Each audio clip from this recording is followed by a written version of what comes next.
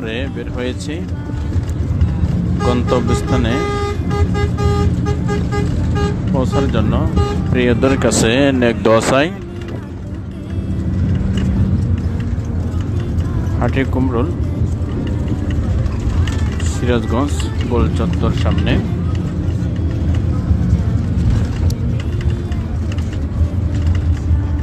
সফর মানে কষ্ট।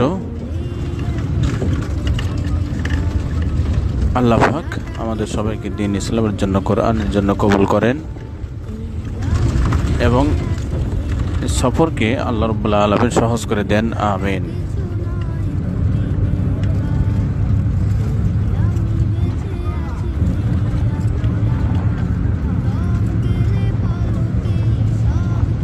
নবীজি সাল্লাল্লাহু আলাইহি সাল্লাম বলেছেন, সফর মানে কষ্ট।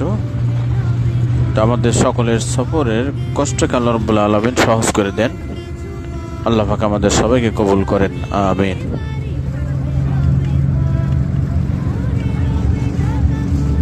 গোল চত্বর, সিরাজগঞ্জ রোড।